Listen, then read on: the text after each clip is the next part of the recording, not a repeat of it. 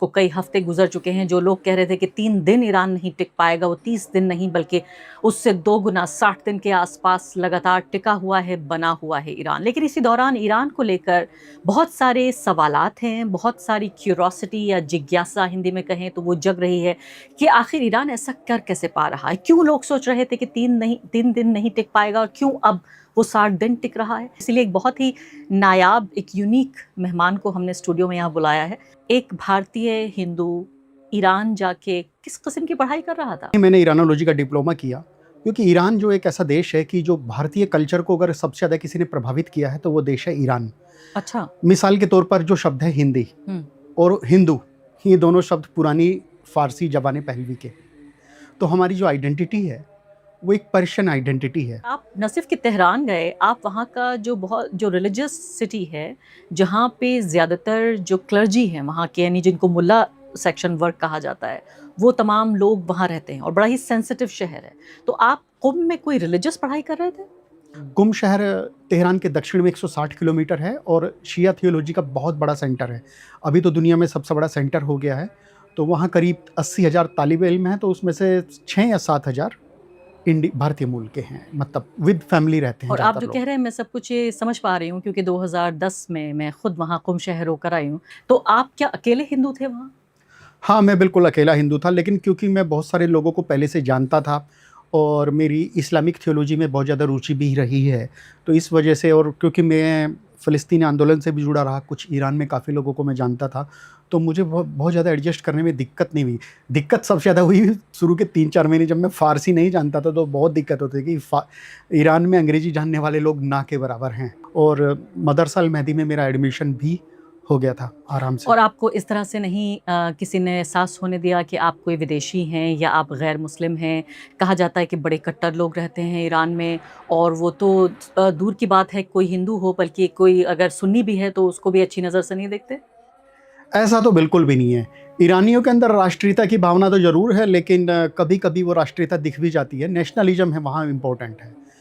इस बात की हम गवाही नहीं दे सकते कि वहाँ ऐसा कुछ है, लेकिन मेरे साथ ऐसा कुछ हुआ नहीं। और देखिए, रेसिस्ट लोग तो हर जगह होते भी हैं, थोड़े बहुत हैं। हम ये नहीं कह सकते कि वहाँ लोग परफेक्ट हैं, लेकिन कुल मिला के बहुत बेहतर अनुभव रहा। तो अब मुझे बताइए कि ईरान में अभी जो जंग चल रही है, ईरान के अंदर जो हो रहा है, ये बहुत कम लोग समझते हैं। लोग ये तो समझते हैं कि हाँ ठीक है, ईरान मिसाइलें दाग रहा है, बम बरसा रहा है और तमाम तरह से वेस्ट एशिया में जो अमेरिकी बेसिस हैं उनको नुकसान हो रहा है। इज़राइल पूरी तरीके से छलनी हो चुका है, यानी इज़राइल को दशकों लग जाएंगे अपने को दोबारा बनाने में। लेकिन ईरान के अंदर जो हो रहा है, ईरान के शहरों में जो हो रहा है, तेहरान में, कुम में, मशहद में, इस्फहान में, इसे आप कैसे देख रहे हैं? देखिए, मेरी रोज़ बात होती है ईरान में, और मैं जाने भी वाला था। इस बार के नौरूज़ में मुझे ईरान में होना था। अब फ़्लाइट नहीं चल रही तो मैं जा नहीं पा रहा, और मैं बहुत ज़्यादा मिस कर रहा हूँ। मैंने अपने ईरानी दोस्तों से भी कहा कि जब वहाँ टाइम अच्छा था तो मैं वहाँ था, और मुझे बहुत अफ़सोस है कि इस जंग के इस माहौल में अपने ईरानी दोस्तों का दुःख बाँटने के लिए या उनके साथ इस मुसीबत की घड़ी में क्यों नहीं हूँ मैं उनके साथ। तो सूचना ये है कि 10,000 से ज़्यादा ठिकानों पर हमले हुए हैं। तेहरान में जहाँ मेरा घर था, क्योंकि बाद में मैं तेहरान में रहा हूँ, अंदारजगुश स्ट्रीट जो वहाँ का सबसे पॉश इलाका है, तो उसके पास भी हमले हुए हैं, बहुत सारे हमले हुए हैं, 10,000 से ज़्यादा ठिकानों पर हमले हुए हैं। और लेकिन ईरानी लोग, आपको पता ही है कि शिया मेजॉरिटी देश है, और शिया लोग अपने घर में कफ़न रखते हैं और 1 महीने वो शहादत की प्रैक्टिस करते हैं। और ईरान में शहीदों का बहुत सम्मान है, शहीदों से ज़्यादा वहाँ किसी का भी सम्मान नहीं है। बड़े-बड़े वहाँ पेंटिंग्स बनी होती हैं दीवारों पर शहीदों की, गलियों के नाम शहीदों के नाम पे हैं। शहीदों का सम्मान है, कवियों का सम्मान है, मतलब रिलीजियस फिगर्स के बाद। तो वे लोग मेंटली प्रिपेयर रहते हैं शहादत के लिए। अब जो लोग 1 महीने करबला वाले मोड में रहते हो तो वो जंग से थोड़ा ही डरेंगे। हाँ, दिक्कतें कुछ हुई हैं, जैसे कुछ बेचारी मासूम बच्चियाँ मारी गई मीनाब शहर में। इस तरह की कुछ बहुत दुर्भाग्यपूर्ण घटनाएँ हुई हैं, जिन्होंने अपना जीवन पूरा जीना था। लेकिन ईरानियों में बहुत हिम्मत है। और ये हिम्मत इतिहास से आती है? हाँ, इतिहास से आती है और राष्ट्रवाद से आती है, और इस्लाम से भी आती है। करबला की जो जंग है, हज़रत हुसैन की जो शहादत है, इससे उन्हें बहुत हिम्मत मिलती है। उनकी थियोलॉजी जो है ना, ये उनको बहुत ज़्यादा हिम्मत देती है, इस्लामिक थियोलॉजी। एक्सप्लेन कीजिए। वही करबला की जंग, हमें शहीद होने से डरना नहीं है। मतलब ये दुनिया तो फ़ानी है, मतलब जो भी हिसाब किताब होता रहेगा, शहादत से बड़ा कोई दर्जा ही नहीं है। जिस सोसाइटी में मान लिया जाए कि शहादत से बड़ा कोई सोशल दर्जा नहीं हो सकता, तो फिर वो लोग लड़ने मरने से डरेंगे नहीं। और आपको शायद पता ही होगा कि ईरान में जो पुरुषों के लिए सैनिक सेवा अनिवार्य है, विशेष केस में ही छूट मिलती है। और मेरी कई बार ईरानी सैनिकों से भी बात हुई है, हर तरह के ऑफिसर से भी बात हुई है, तो वे लोग मरने मारने से तो बिल्कुल नहीं डरेंगे। और इसीलिए शायद इस बात का अमेरिका को अंदाजा नहीं था कि ऐसे मुल्क बिल्कुल को भी आप नहीं। क्या मारेंगे जो मरने हाँ, के लिए पहले से तैयार है। बिल्कुल, बिल्कुल। जो अपने घरों में कफन रखते हैं, उनका आप मुकाबला कैसे कर लेंगे? वो तो एक अलग ही। और जो इजरायली हैं, देखिए ये बार-बार ये जो अमेरिका बोल रहा है कि हम सीज़ फायर करेंगे, खुद से सीज़ फायर बढ़ा देते हैं कि अब हम कोई हमला नहीं करेंगे। सबसे बड़ा मुद्दा ये है कि जो इजराइल की जो जनता बंकरों में 1 महीने से ज़्यादा छुपी हुई थी, सबसे ज़्यादा दिक्कत तो उनके लिए है, क्योंकि उनको तो आदत नहीं है और ना ही उनकी फिलॉसफी आइडियोलॉजी ऐसी है कि उनको तो लगता है कि ज़िंदगी एक ही है, या ना उनके लिए दुनिया एक टेस्ट है, जैसे कि ईरान के मुसलमानों के लिए है। तो उनको तो लाइफ बहुत ज़्यादा प्रेशियस लगती है। और वो जो बंकरों में छुपा रहा पूरा का पूरा इजराइल, और उनके हर जगह मिसाइल ईरान ने मारी हैं, तो वो जो एक अमेरिकन वार मशीन का और इजराइल के सुप्रीम पावर होने का जो मिथ ईरान ने तोड़ा है, तो उसकी वजह से मतलब घुटनों पे ला दिया है अमेरिकन वार मशीन और इजरायली वार मशीन को। और ये एक बात और कहूँगा मैं कि ये जो जंग है ना, ये तो इजराइल की जंग थी, इन्होंने घसीट लिया है अमेरिका को। अमेरिका का ही सबसे ज़्यादा नुकसान हुआ है इस जंग में।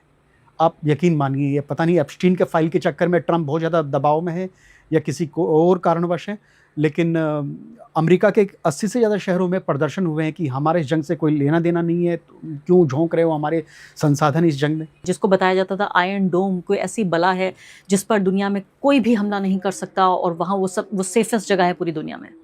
हाँ, बहुत सारे लोगों को आश्चर्य हुआ कि ईरान ने इतनी ज़बरदस्त टक्कर कैसे दे दी। एक उसके पीछे सबसे बड़ी बात है ईरानियों का जज्बा कि मरने मारने से डरना नहीं है। चीन और रूस ने बहुत ज़्यादा मदद की, खास तौर से टारगेट सेलेक्ट करने के लिए ईरान को, और इस वजह से ईरान बहुत ज़बरदस्त मुकाबला कर रहा है। तो ईरानियों का जज्बा और थोड़े से संसाधन, और अमेरिका और रूस की और चीन की सपोर्ट, लेकिन वजह से यहाँ पूरा हैरानी मुकाबला कर नहीं, जज्बा तो बहुत अच्छी बात है और जज्बे से ही शायद जंग लड़ी जाती है, और जंग दिमाग से लड़ी जाती है, हथियारों से कम। लेकिन ईरान ये सब तैयारी कर रहा था। जब आप वहाँ मौजूद थे, आपको इस बात की भनक लगी कि ईरान इतनी मजबूती के साथ किसी ऐसी जंग की तैयारी कर रहा है जो जल्द होने वाली है? ईरान तो पिछले 30 साल से जंग की तैयारी कर रहा है। जब इस्लामिक रिपब्लिक जमहूरिया इस्लामी जिसे हम कहते हैं, इस्लामिक रिपब्लिक ऑफ ईरान की स्थापना हुई, तो इजराइल के खिलाफ तो तभी से उद्घोषणा थी कि ये तो जंग तो एक दिन इतना होनी थी। तो ये जंग की तैयारी तो ये मान लीजिए कि बैतुल मुकद्दस का मामला हो या फ़लस्तीन का मामला हो, तो ये जंग की तैयारी तो जमहूरिया इस्लामी के एस्टेब्लिश होने से ही शुरू हो गई थी। तो पिछले 30 साल से तो जंग की तैयारी चल ही रही थी। तो जंग आज की तैयारी नहीं चल रही थी। और मिसाइलें तो ईरान को पता था कि हम मिसाइलों से ही जीत सकते हैं, तो मिसाइल प्रोग्राम पे उन्होंने बहुत ज़्यादा फोकस किया हुआ था। तो ईरान ने वे सारे के सारे मिथ तोड़ दिए इस बार मिसाइल मारकर, और बंकरों में छुपने के लिए मजबूर कर दिया है उनकी प्राइम लीडरशिप को भी। नेतन्याहू भी बंकर में छुपा हुआ था, उसका कुछ कई दिन तक पता भी नहीं चला कि वो है कहाँ। तो अमेरिकन वार मशीन का जो हुआ था और इजराइल की एयरफोर्स का जो हुआ था, वो तो हुआ इन्होंने तोड़ दिया है। तो ये जो है, जो ग्रेटर इजराइल बनाने की जो मंशा है, इजराइल की, तो ये उसका प्लान है। बहुत सारे लोगों का ये मानना है कि ये जो हो रहा है, ये ग्रेटर इजराइल बनाने के लिए हो रहा है। लेकिन ईरान की ना तो कोई सीमा मिलती इजराइल के साथ, बिल्कुल, और ना ही कोई पुराना झगड़ा रहा है, बल्कि ईरानियों का तो एहसान है इजरायलियों के ऊपर, जो साइरस ने जो बेबीलोन से यहूदियों को छुड़ाया था 2500 साल पहले, उनको गुलामी से से आज़ाद करवाया था। ये तो पता ही होगा आपको जी। तो नहीं, बताइए इतिहास हमारे दर्शकों की जानकारी के लिए। तो बहुत सारे जो यहूदी थे वो बेबीलोन में कैद थे।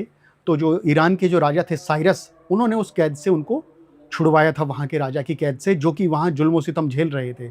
और फिर उनको बहुत सारे यहूदियों को कैद से छुड़वाया, और फिर बहुत सारे जो यहूदी थे वो 2500 साल पहले कुछ ईरान में भी सेटल हुए। इस तरह की बहुत कहानी फेमस है।